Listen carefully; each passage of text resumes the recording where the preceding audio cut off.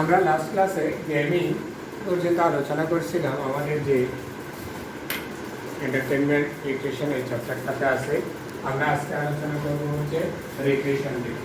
Recreation হচ্ছে একটা আমাদের যে লেজার টাইমটা আছে, লেজার টাইমটাকে আমরা যে অ্যাক্টিভিটিগুলো সাধারণত করে থাকি এগুলোকে বলা হয় রিক্রিয়েশন। রিক্রিয়েশনটা হচ্ছে যে আমরা অর্থাৎ আমাদের যে অ্যামিউজমেন্ট অথবা আমাদের যে দৈনন্দিন যে লেজার টাইমটা থাকে অথবা ভ্যাকেশন থাকে, সেই ভ্যাকেশনটাকে আমরা ফুলফিল করার জন্য আমাদের যে মেন্টাল ফ্রেশ এবং এই যে ফিজিক্যাল ফ্রেশনেসের জন্য আমরা যে এন্টারটেনমেন্টগুলো যে অ্যাক্টিভিটিগুলো করে থাকি সেটাকে বলা হচ্ছে রিক্রিয়েশন।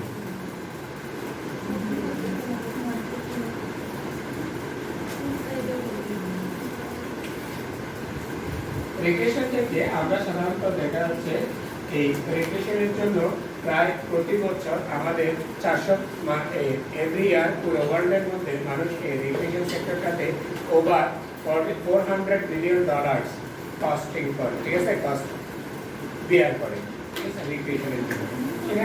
এখানে আমাদের দেখা যাচ্ছে অনেক সময় আমরা রিক্রিয়েশন ভেহিকেলগুলোকে ব্যবহার করি। আমাদের এই রিক্রিয়েশনগুলো 4 ধরনের পাওয়া যায়। একটা হচ্ছে ইনডোর,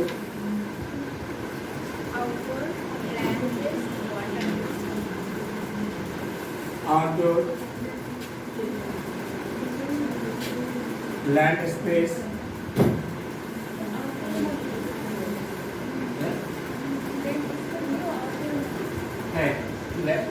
land based আর একটা হচ্ছে ওয়াটার বেসড।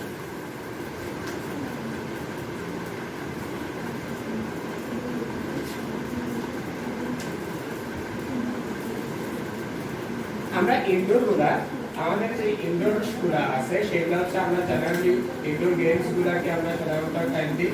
আমরা এই টাইমটাকে আমাদের যে শর্ট টার্ম যে রিক্রিয়েশনটা করতে হয়, শর্ট টার্ম যে লেজার টাইমটা থাকে, শর্ট লেজার টাইমটাকে আমরা এনজয় করার জন্য আমরা প্রপারলি টাইমটাকে যাতে কি করতে পারি,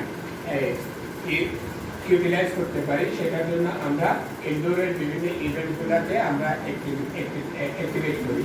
সেগুলোর কারণে আমাদের ইনডোর করার কারণে আমাদের যে মেন্টাল যে স্ট্রেসটা আছে সেই মেন্টাল স্ট্রেসটা আমাদের কি হয়ে যায়, ডিক্রিজ হয়ে যায়। ওয়াটার বেস, আমাদের যে মেন্টাল যে অ্যালার্টনেসটা দরকার, আমরা মনে করো যে কোনো একটা কাজ করতে থাকলে অথবা আমরা যে কোনো একটা অ্যাক্টিভিটিতে প্রপার অ্যাক্টিভিটিতে আমাদের যে ডেইলি অ্যাক্টিভিটিগুলো আছে সেগুলোকে যখন আমরা মানে কাজগুলো করতে থাকি তখন আমাদের মেন্টাল স্ট্রেস চলে আসে। আমাদের যে মেন্টাল যে প্রোডাক্টিভিটি সেটা কি হয়ে যায়, কমে যায়। অনেক সময় দেখা যাচ্ছে যে আমাদের ব্রেনটা কাজের কারণে আমাদের ব্রেনটা দেখা যাচ্ছে অনেক সময় ওই মোবাইলকে যখন অনেকক্ষণ চালানোর পরে অনেকগুলো প্রোগ্রামকে একসাথে অ্যাক্টিভেট করলে মোবাইলটা হ্যাং হয়ে যায় না, মানে তার অ্যাক্টিভিটিগুলো সে স্টপ করে দেয়, ঠিক আছে, তখন আমাদের রিফ্রেশমেন্টের দরকার হয়। ঠিক একইভাবে মানুষের ক্ষেত্রেও আমরা যখন অনেকগুলো কাজ একসাথে করি অথবা আমরা কাজগুলা একাধারে কাজ করতে থাকি তখন আমাদের কিছু লেজার টাইমের প্রয়োজন হয়, অর্থাৎ কর্মবিরতির প্রয়োজন। সেখান থেকে আমাদের যখন আমরা ওই লেজার টাইমটাকে কোনো একটা এনজয়মেন্টের মধ্যে চলে যাই তখন আমাদের ওই মেন্টাল যে অ্যালার্টনেসটা সেটা আমাদের যে নিউরনের যে সিগন্যালগুলা সেগুলা প্রপারলি অ্যালার্টের যে বিষয়টা আছে সেটা তারা প্রপারলি সার্ভিসটা দেয়।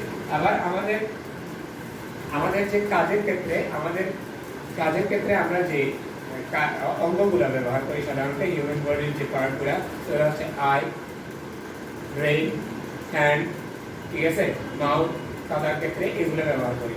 এই যে এই বিষয়গুলোর কোঅর্ডিনেশনটা খুব প্রপারলি হয়ে যায়, ঠিক আছে, কোঅর্ডিনেশনটা ভালোভাবে উঠে আসে, ফলে আমাদের যে মেন্টাল স্ট্রেস সেই মেন্টাল স্ট্রেসটা আমাদের কি হয়ে যায়, বন্ধ হয়ে কি হয়ে কমে যায়। তখন আমরা আবার যে কাজগুলোকে সেটাকে আমরা পুরোদমে আবার শুরু করতে পারি। আবার আউটডোর যেগুলা সেগুলোর ক্ষেত্রে আমরা দেখা যাচ্ছে আমার ইনভোমেন্ট বাইরে আমরা কোথাও গিয়ে আমাদের যে রিক্রিয়েশনের পার্টটা সেটাকে আমরা এনজয় করতে পারি। সে মনে করো তুমি পুরো সপ্তাহে কাজ করে তুমি ফ্রাইডে অথবা স্যাটারডে এই দুইটা ডেতে আমাদের ভ্যাকেশন থাকে, ওই দুইটা ডেতে হলিডে থাকে, ওইখান থেকে তুমি গিয়ে ফিশিং করো, সুইমিং করো, ঠিক আছে, অথবা ফিজিক্যাল এক্সারসাইজ করো, ড্রাইভিং করো, অনেকে কেউ আবার ট্রেকিং করে পাহাড়ে উঠে, ঠিক আছে, তারপরে আবার কেউ বোটে যে মনে করো আমাদের পাশে যে কর্ণফুলী নদী আছে সেই নদীতে গিয়ে সে বোটের চড়ে ঘুরে বেড়াচ্ছে, ঠিক আছে, এরকম এগুলা হচ্ছে আউটডোর আমাদের এই যে রিক্রিয়েশন সেইগুলা। ল্যান্ড বেস বলতে আমরা সাধারণত ল্যান্ড বেস যেগুলোকে করি, যেমন আমাদের এই যে চট্টগ্রামের ভাটিয়ারিতে গল্ফ ক্লাব আছে সেনাবাহিনীতে, ওই গল্ফ ক্লাবে গিয়ে তোমরা গল্ফ প্র্যাকটিস করতে পারো, এটা হচ্ছে ল্যান্ডের পুরোটাই। তারপরে থাকতে পারে হচ্ছে আমাদের এই সাইক্লিং করতে পারো, ঠিক আছে, সাইক্লিং করে অনেকে, আবার অনেকে এই যে সমুদ্র তীরবর্তী স্থানগুলোতে যদি ওয়েদার ঠিক থাকে অথবা তোমার এই বিভিন্ন পাহাড়গুলোতে প্রত্যন্ত অঞ্চলগুলোতে গিয়ে ক্যাম্পিং করে, ঠিক আছে, ক্যাম্পিং এগুলো সবগুলো হচ্ছে ল্যান্ড বেস আমাদের যে রিক্রিয়েশন সেগুলো। এরপরে থাকতে পারে হচ্ছে আমাদের ওয়াটার বেস বলতে আমরা ওই যে বোটিং, ওয়াটার স্পোর্টস, আমাদের দেশে ওয়াটার স্পোর্টস ইয়ার মধ্যে এই পানির মধ্যে ভলিবল খেলে, ঠিক আছে, অথবা বল হাতে দিয়ে অথবা মাথায়, ঠিক আছে। এরপরে আবার আমাদের বিভিন্ন সময় ওই যে সুইমিং এর কম্পিটিশনগুলো হয়, আবার নদীগুলোতে আমাদের একটা বাংলাদেশের ঐতিহ্য হচ্ছে নৌকাবাজ, ঠিক আছে, একসাথে অনেকে একটা নদীতে করে নৌকাবাজের মধ্যে কম্পিটিশন করে, এগুলো হচ্ছে ওয়াটার বেসড যে রিক্রিয়েশন যেগুলো বলা হচ্ছে সেই অংশগুলো। আমাদের দেশের যে ন্যাশনাল আমরা এই যে রিক্রিয়েশনের ক্ষেত্রে আমরা যে ন্যাশনাল পার্কগুলো আমরা বিভিন্ন পার্কে গিয়ে সেগুলা এনজয়মেন্টগুলো করতে পারি, ঠিক আছে, যে ন্যাশনাল পার্কগুলো আছে বাংলাদেশের যে ন্যাশনাল পার্কগুলো আছে সেগুলোকে বলা হচ্ছে অলকাদিঘি ন্যাশনাল পার্ক, ঠিক আছে, সেটা হচ্ছে নওগাঁতে 264 হেক্টর জমির উপর একটা ন্যাশনাল পার্ক তৈরি করা হয়, সেটা হচ্ছে নওগাঁ জেলায়। নওগাঁ হচ্ছে আমাদের রাজশাহী অঞ্চলটাতে, নওগাঁ জেলাতে প্রায় 264 হেক্টর জমির মধ্যে আমাদের কি ওটাকে অলকাদিঘি কি বলা হচ্ছে ন্যাশনাল পার্ক। ওইখানে প্রায় 43 হেক্টর জমির উপর একটা দিঘি আছে, দিঘির চারপাশে যে মনোরম পরিবেশটা তৈরি করা হয়েছে এবং ওইখানে গিয়ে বসে যখন তুমি সময় কাটাবা তখন সেই সময়টাতে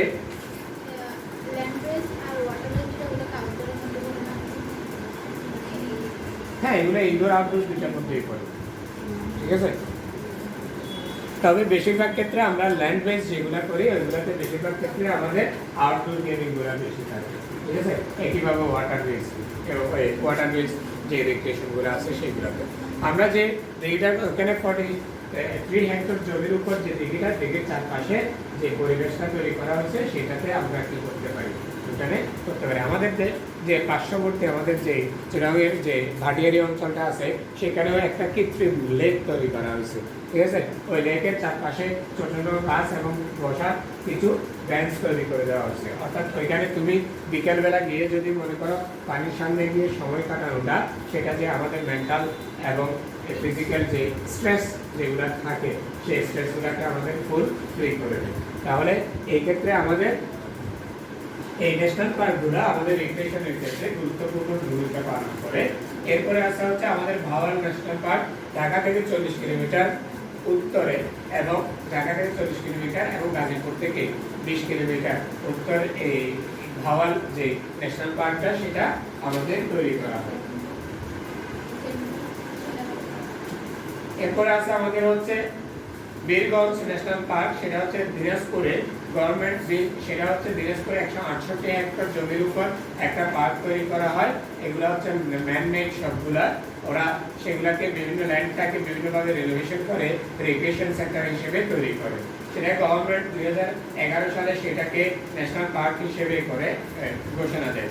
এরপরে আমাদের কক্সবাজার থেকে কক্সবাজারের যে মূল সেন্টার অর্থাৎ 0 পয়েন্ট থেকে 12 কিলোমিটার এটা দক্ষিণে, ঠিক আছে, ন্যাশনাল যেটা হিমচরি ন্যাশনাল পার্ক, যেটা ওখানে একটা ওয়াটারফল আছে ওই ওয়াটারফলকে ঘিরে একটা ন্যাশনাল পার্ক তৈরি করা হয় যেটাকে আমরা হিমচরি ন্যাশনাল পার্ক বলি।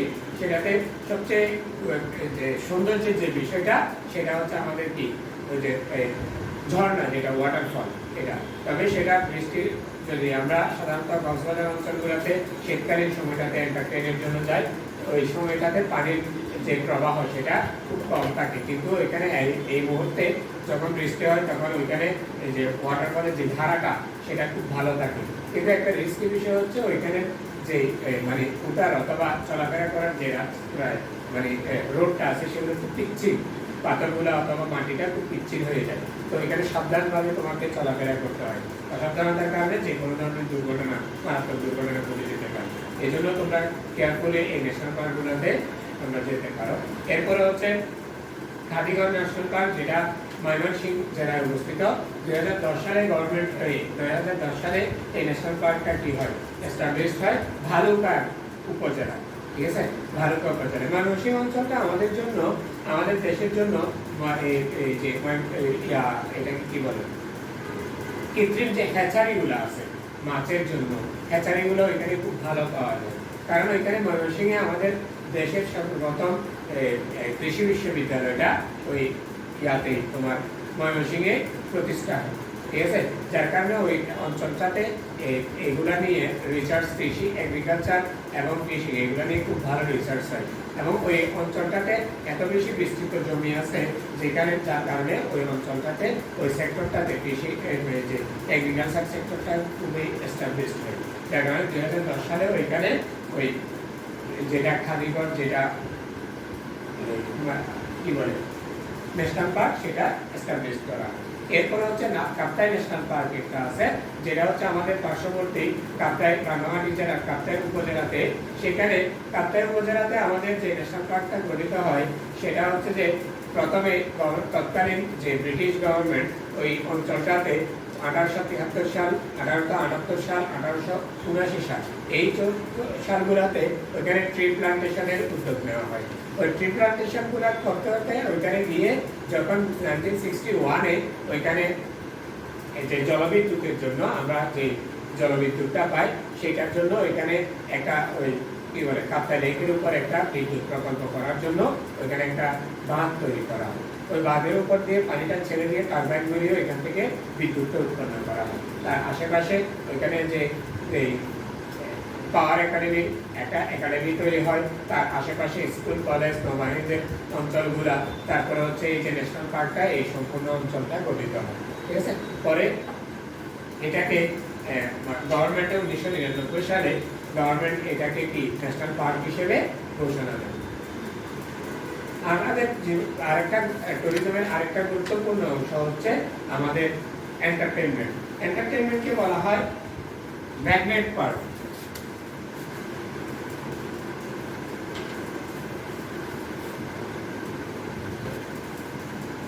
এটাকে বলা হয় ট্যুরিজমের ম্যাগনেট পার্ক।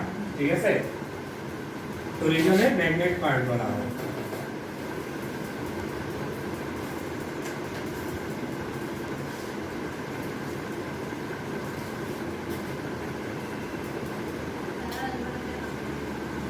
এই যে আমাদের এন্টারটেইনমেন্ট হচ্ছে আমাদের ট্যুরিজম সেক্টরের জন্য ম্যাগনেট হিসেবে বলা হয়। আমরা সাধারণত যে ভ্যাকেশনগুলো পাই, সেই ভ্যাকেশনগুলোকে আমরা এন্টারটেইন করার জন্য, আমরা দেখার জন্য আমরা লাইভ ভ্যাকেশনগুলোকে খুব বেশি গুরুত্ব দিয়ে থাকি। ঠিক আছে, লাইভ ভ্যাকেশনগুলোকে আমরা খুব গুরুত্ব দিয়ে থাকি। লাইভ ভ্যাকেশনগুলোর মধ্যে আমরা যেটা দেখি সেটা হচ্ছে আমরা সাধারণত বিভিন্ন ফেস্টিভ্যাল টাইমগুলোতে, ঠিক আছে, আমরা লং টার্ম একটা ভ্যাকেশন পাই।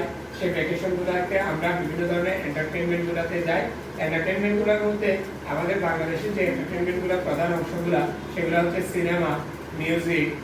ঠিক আছে, তারপর হচ্ছে আমরা সিনেমা দেখি। আমাদের বর্তমান সময়ের জন্য গুরুত্বপূর্ণ একটা ওই অঞ্চলে যেটা হাওয়া চলতেছে, ঠিক আছে, পড়া, এগুলা নিয়ে সিনেমাগুলোর জন্য আমরা এন্টারটেইনমেন্ট বা রিক্রিয়েশনের জন্য এগুলোতে যাচ্ছি। আবার আমরা লাইভ মিউজিক, আমাদের দেশের বিভিন্ন ধরনের মিউজিকগুলো আছে, সেই লাইভ মিউজিকগুলোতে আমরা অংশগ্রহণ করি। আমরা ড্যান্সগুলোতে যাই। সাধারণত আমাদের একাডেমিক অথবা আমাদের ডেইলি যে অ্যাক্টিভিটিগুলো থাকে ওইখান থেকে টাইম বের করে সেই অ্যাক্টিভিটিগুলোতে অংশগ্রহণ করাটা আমাদের জন্য খুব কষ্টকর হয়ে যায়, যার কারণে আমরা ওই সময়টাতে ওই যে ভ্যাকেশন অংশটাতে বেসিক্যালি এগুলা বেশি প্র্যাকটিস করার সুযোগ পাই, সেটা আমাদেরকে এন্টারটেইন করে, প্লাস হচ্ছে ওই যে সেক্টরটা সেটাকে আমরা কি হয়ে যায় পুরোপুরি রপ্ত করতে পারি, আয়ত্ত করতে পারি। এরপরে স্পোর্টস আছে, স্পোর্টস গুলো আমরা বিভিন্ন ধরনের স্পোর্টসে অনেকে অংশগ্রহণ করে, এটা এন্টারটেইনমেন্ট হিসেবে নেয়। আবার দেখা যাচ্ছে যে আমাদের এন্টারটেইনমেন্টের আরেকটা অংশ হচ্ছে আমরা যখন ট্যুরিজমে যাই সেখানে হচ্ছে শপিং, ঠিক আছে, আমরা বিভিন্ন সময় শপিং গুলাতে অংশগ্রহণ করি। শপিংটা হচ্ছে যে একটা অন্য ধরনের অ্যাক্টিভিটিস, যেটা আমাদের একটা কনজিউমারের যে মানে মেন্টালিটির যে এক্সট্রা একটা অ্যাক্টিভিটি অ্যাড করে ট্যুরিজমের ক্ষেত্রে, সেটা হচ্ছে শপিং। শপিংটা আমাদের বর্তমান সময়ের জন্য একটা নতুন একটা দিক। অর্থাৎ তুমি কোথাও ভ্যাকেশনে যাও, অর্থাৎ তুমি কোথাও ট্যুরে যাও, ট্যুরে গেলে পার্শ্ববর্তী যে মার্কেটগুলো অথবা ওই অঞ্চলের ঐতিহ্যগত অথবা এই সংস্কৃতিগত যে পণ্যগুলা অথবা সেটা হতে পারে জামা, সেটা হতে পারে শোপিস, সেটা হতে পারে আমাদের দৈনন্দিন জীবনের নিত্য প্রয়োজনীয় ব্যবহার্য জিনিসপত্রগুলা, সেগুলো আমরা ওইখান থেকে নিয়ে এসে আমাদের যে ঘর সেটাকে ওই পণ্যগুলা দিয়ে সাজানোর জন্য আমরা শপিংটাকে এখন একটা খুব গুরুত্বপূর্ণ হিসেবে দেখি। এন্টারটেইনমেন্টের আরেকটা অংশ হচ্ছে আমাদের কি তাহলে শপিং অংশগুলো। বাংলাদেশের বিভিন্ন সেক্টরগুলোতে যেমন আমাদের কক্সবাজার অঞ্চলটাতে আমরা সাধারণত বার্বিস অর্থাৎ রোহিঙ্গাদের তৈরি ব্যবহার্য যে জিনিসপত্র সেগুলো আমরা বেশি কি করে ওইগুলো আমাদেরকে অ্যাট্রাক্ট করে, যার কারণে এক সময়ে বার্মিজদের যে মার্কেটটা সেগুলো খুব বেশি কি ছিল, প্রচলিত ছিল, এবং তাদের যে আচারের যে ঐতিহ্য সেই আচারগুলা কক্সবাজারে গেলেই তুমি ট্যুরে গেলেই তোমাকে কি আচার কিনতে হবে, করতে হবে একটা বিষয়। আবার যদি আমরা পার্বত্য অঞ্চলগুলোতে যাই, পার্বত্য অঞ্চলগুলোতে আমাদের থাকে হচ্ছে এই যে পাহাড়িদের অর্থাৎ হ্যান্ডলুম অর্থাৎ হাতের কাপের তৈরি জিনিসপত্রগুলা, পাহাড়ের যে ওরা ব্যবহার করে অর্থাৎ হ্যাঁ ট্রেডিশনাল ফুডগুলা, এগুলো তো খাওয়ার ক্ষেত্রে অর্থাৎ বাঁশ দিয়ে অথবা ওই যে বিভিন্ন পশু পাখির যে হাড় অথবা অন্যান্য যে বিষয়গুলো থাকে সেগুলো দিয়ে তারা বিভিন্ন ধরনের অর্নামেন্টস তৈরি করে, বিভিন্ন ধরনের ব্যবহারের ঝুড়িগুলো তৈরি, পাত্র অথবা ঝুড়ি, এই যে বিভিন্ন ধরনের জিনিসপত্রগুলো তৈরি করে সেগুলো আমরা কেনার জন্য থাকি। এই জন্য এই শপিংটাকে এই ট্যুরিজম সেক্টরের জন্য ট্যুরিজম সেক্টরের জন্য বলা হয় এক্সপান্ড সেক্টর। এটাকে কি বলা হয়? এক্সপান্ড একটা সেক্টর, অর্থাৎ এটা কি হচ্ছে, বৃদ্ধি হচ্ছে, ঠিক আছে। এরপরে আমাদের শপিং এর ক্ষেত্রে আমাদের যেটা বলতেছি ইম্পালস বাই, বিভিন্ন ধরনের শপিং থাকতে পারে। একটা হচ্ছে ইম্পালস বায়ার। ইম্পালস বায়ার বলতে তারা সবগুলো করতে হবে।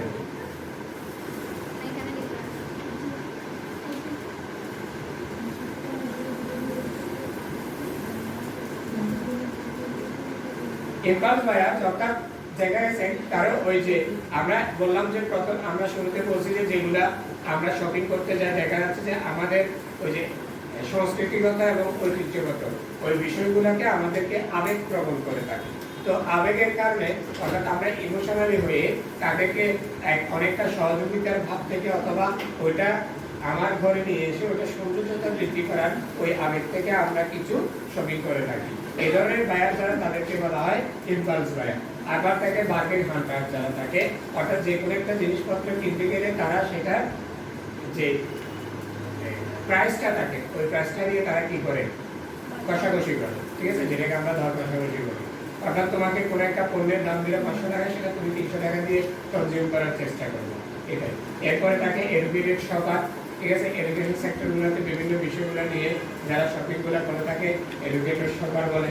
নেগোসিয়েটর থাকে, অর্থাৎ তারা মানে কি নেগোসিয়েট করে, বলতে এটাকে নেগোসিয়েশন বলতে কি বুঝে, অর্থাৎ উভয় পক্ষের আলোচনার ভিত্তিতে সেটাকে নির্ধারণ করা, ঠিক আছে, আলোচনার ভিত্তিতে নির্ধারণ করা, নেগোসিয়েটর থাকে। ব্র্যান্ড লয়ালিস্ট থাকে। ব্র্যান্ড লয়ালিস্ট হচ্ছে তারা দেখা যাচ্ছে যে বিভিন্ন ধরনের ব্র্যান্ডের যারা কি করতে কনজিউম করতে তারা অভ্যস্ত, তারা সেগুলা সাধারণত আমাদের দেখা যাচ্ছে যে পশ্চিমা দেশগুলা যারা মানে খুব হাই ক্লাসের মানুষগুলো থাকে তারা ব্র্যান্ডের প্রতি খুব বেশি সচেতন থাকে, ঠিক আছে। এরপরে থাকে ব্রাউজার, অর্থাৎ ইন্টারনেট ব্যবহার করে আমরা এখন ই কমার্সের যুগে আছি। ই কমার্সের যুগে গিয়ে আমরা বিভিন্ন সাইট থেকে, যে শপিং সাইটগুলো থেকে, সেখান থেকে আমরা সেগুলো দেখে ওইখান থেকে আমাদের প্রয়োজন রুচি এবং দাম অনুযায়ী সেগুলো আমরা কনজিউম করতে। এরপরে থাকে আমাদের ফেস্টিভ্যালস এবং এন্টারটেইনমেন্টের একটা অংশের মধ্যে, ট্যুরিজমের মধ্যে থাকে ফেস্টিভ্যাল এন্ড ইভেন্ট, ঠিক আছে। ফেস্টিভ্যালগুলো যেমন আমরা আমাদের সাধারণত যে রিলিজিয়াস যে ফেস্টিভ্যালগুলো সেগুলো সবচেয়ে বেশি থাকে। রিলিজিয়াস ফেস্টিভ্যালগুলোর মধ্যে আমাদের দেখা যাচ্ছে যে হিন্দু ধর্ম, মুসলিম ধর্ম, বৌদ্ধ ধর্ম, তাদের বিভিন্ন ধরনের রিলিজিয়াস যে ফেস্টিভ্যালগুলো সেগুলো আমাদের পেয়ে থাকি। সাধারণত সেগুলা আমরা সাধারণভাবে আমরা সেগুলোকে কি করি, সেলিব্রেট করে থাকি। যেমন মুসলিমদের ক্ষেত্রে সাধারণত দুইটা ঈদ, ঠিক আছে। হিন্দুদের ক্ষেত্রে দুর্গা পূজা, আবার তাদের ওই যে কালী পূজার যে প্রধান ধর্মীয় যে উৎসবগুলা সেগুলা তারা পালন করে থাকে। বৌদ্ধ ধর্মের ক্ষেত্রে বৌদ্ধ পূর্ণিমা ওরা মানুষ উড়ায়। এই সময়টাতে তারা ভ্যাকেশন যেগুলা পায় সেগুলাতে, সেই ভ্যাকেশনগুলাতে বিভিন্ন জায়গাগুলোতে তারা পরিদর্শন করে থাকে, অথবা তাদের যে ধর্মীয় আচার অনুষ্ঠানগুলো সেগুলো তারা করে থাকে। এগুলা পালন করার জন্য বিভিন্ন ধরনের ইভেন্টগুলা তৈরি করে দেওয়া হয়, অর্থাৎ স্পেশাল কিছু অ্যাক্টিভিটিস ওদের সাথে ফেস্টিভ্যালগুলোর সাথে অ্যাড করা হয়, যেগুলাকে আমরা কি বলি, ইভেন্ট বলে থাকি, ঠিক আছে। এরপরে সাধারণত আমরা এই যে ফেস্টিভ্যালগুলা আমরা প্রায় সময় এগুলো আমাদের হয়ে থাকে। আবার ইভেন্টটা হচ্ছে কখনো কখনো যে বিষয়গুলো হয়, ঠিক আছে। আমরা সবসময় কিন্তু কি করি না, অনুষ্ঠানগুলোকে আয়োজন করে থাকি না, এক্সট্রা কিছু অ্যাক্টিভিটিসগুলো অ্যাড করে, যেটা জেনারেলি ঘটে না, সেগুলোকে বলা হয় ইভেন্ট, ঠিক আছে। এগুলাকে আমরা সেলিব্রেট করে থাকি। ট্যুরিজমের ক্ষেত্রে আরেকটা খুব গুরুত্বপূর্ণ অংশ হচ্ছে এডুকেশন, ট্যুরিজম অ্যান্ড এডুকেশন, ঠিক আছে। ট্যুরিজমের ক্ষেত্রে, এডুকেশনের ক্ষেত্রে আমরা বিভিন্ন ধরনের এডুকেশন এন্ড লার্নিং এর ক্ষেত্রে আমরা যে কোনো একটা প্রিটেক্সটের জন্য আমরা হিস্টোরিক্যাল হতে পারে, কালচারাল হতে পারে, সোশ্যাল হতে পারে, সেগুলো মানে স্টাডি করার জন্য আমরা বিভিন্ন জায়গায় ট্রিট করে থাকি। যেমন তুমি যদি কোনো টি গার্ডেনের যে শ্রমিকগুলা কাজ করে তাদের জীবন ব্যবস্থাটা তুমি যদি স্টাডি করতে চাও, তাহলে তোমাকে যে টি গার্ডেন যেগুলো আছে সেখানে গিয়ে তোমাকে স্টাডিটা করতে হবে, ডাটা কালেকশন করতে হবে, তাদের লাইফ হিস্ট্রি, তাদের ডেইলি অ্যাক্টিভিটিস, তাদের এডুকেশনাল কোয়ালিফিকেশন, তাদের ইনকাম লেভেল, তাদের ফুড হ্যাবিট, তাদের অরিজিন, সব কিছু নিয়ে ওইখান থেকে তুমি ডাটাগুলা পেয়ে যাবে। যেমন টি গার্ডেনের যে টি ওয়ার্কার এখন একটা হচ্ছে বর্তমান সময়ের জন্য সবচেয়ে সমালোচিত একটা কি সেক্টর, ঠিক আছে। টি গার্ডেনের ওই যে টি ওয়ার্কার যারা আছে তারা কিন্তু তাদের মজুরির জন্য কি করতেছে, আন্দোলন করতেছে, তাদের প্রাপ্য মজুরির জন্য।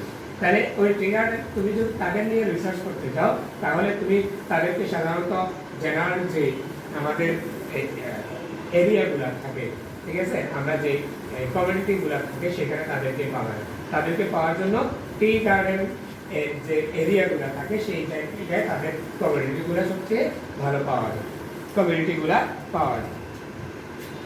আবার কালচার যে অ্যাক্টিভিটিসগুলো সেগুলো পেতে যাও। যেমন আমাদের বাঙালিদের কালচার এক ধরনের, আমাদের দেশে যে ক্ষুদ্র নৃগোষ্ঠী যারা আছে তাদের কালচার ভিন্ন ধরনের, আবার তুমি যদি অন্য একটা ভিন্ন একটা দেশে যাও তাদের কালচার আরেক ধরনের।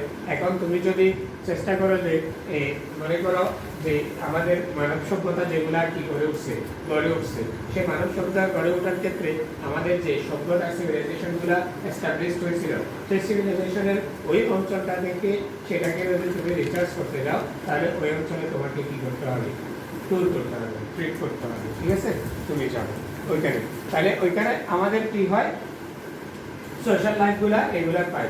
তাহলে এই ট্যুরিজম এবং ট্রাভেলের এই এডুকেশন সেক্টরের জন্য আমাদের একটা অ্যাসোসিয়েশন আছে যেটাকে বলা হয় TTRA, travel and tourism research association, tourism and travel research association.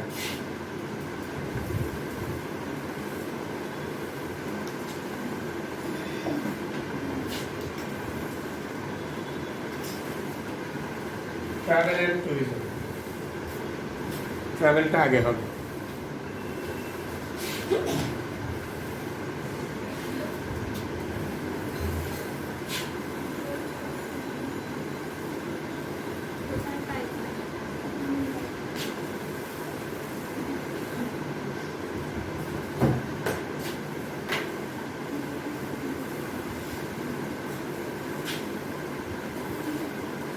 TTRA, ঠিক আছে?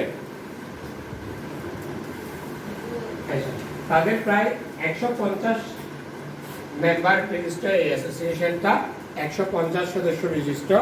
এটা তাদের প্রতি বছরে তাদের কনফারেন্স হয়ে থাকে বিভিন্ন ধরনের সেক্টরগুলো নিয়ে, রিসার্চগুলো নিয়ে, পাবলিকেশনগুলো নিয়ে তারা কি করে থাকে, এই কনফারেন্সগুলো, অ্যানুয়াল কনফারেন্সগুলো করে থাকে।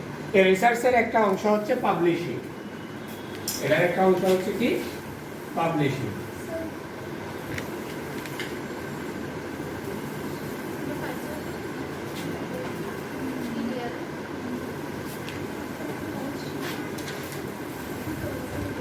আমরা যাচ্ছি পাবলিশিং এ, বলতেছি পাবলিশিং টা হচ্ছে আমাদের যে কোনো একটা ফ্রেশ থিঙ্কিং নিয়ে, যে কোনো একটা বিষয়ে যে নতুন চিন্তা ভাবনা, ঠিক আছে, ফ্রেশ ভাবে সেটাকে চিন্তা করা, অর্থাৎ কোনো একটা এক্সিস্টিং বিষয়টাকে রেনোভেট করার জন্য, অর্থাৎ আপনাকে এটাকে পুনর্মুদ্রণ অথবা এটাকে পরিবর্তনের জন্য আমাদের যে ফ্রেশ থিঙ্কিং যেগুলো আছে সেটাকে বলা হচ্ছে আমাদের পাবলিশিং।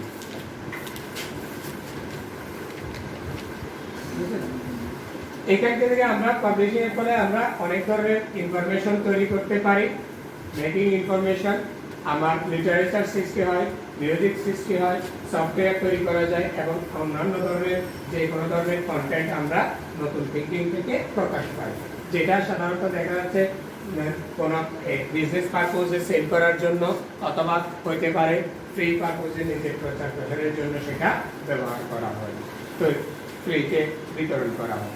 এই ট্যুরিজম সিজনটাতে এই পাবলিশিং এর উপর 1886 সালে ট্যুরিজম সিজন নামের একটা নোবেল প্রকাশ করেন। এটা হচ্ছে কার্ল হেইসান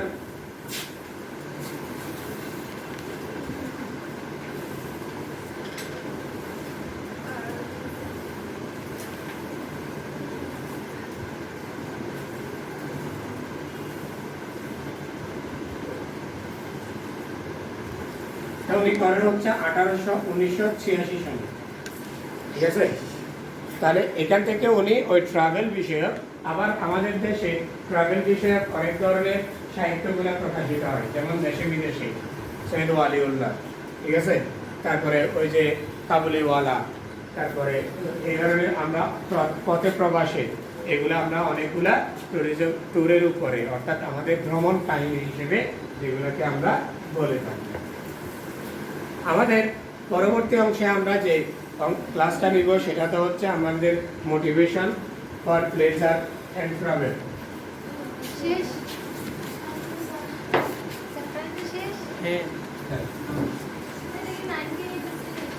ফর প্লেজার ট্রাভেল, অর্থাৎ আমাদের বিভিন্ন ধরনের যে ট্রাভেলগুলো আছে সেগুলো নিয়ে আমরা আলোচনা করব। আজকে হচ্ছে আমাদের এতটুকুই থাকবে। আশা করি তোমরা এই বিষয়গুলো ভালো করে অনুধাবন করবে।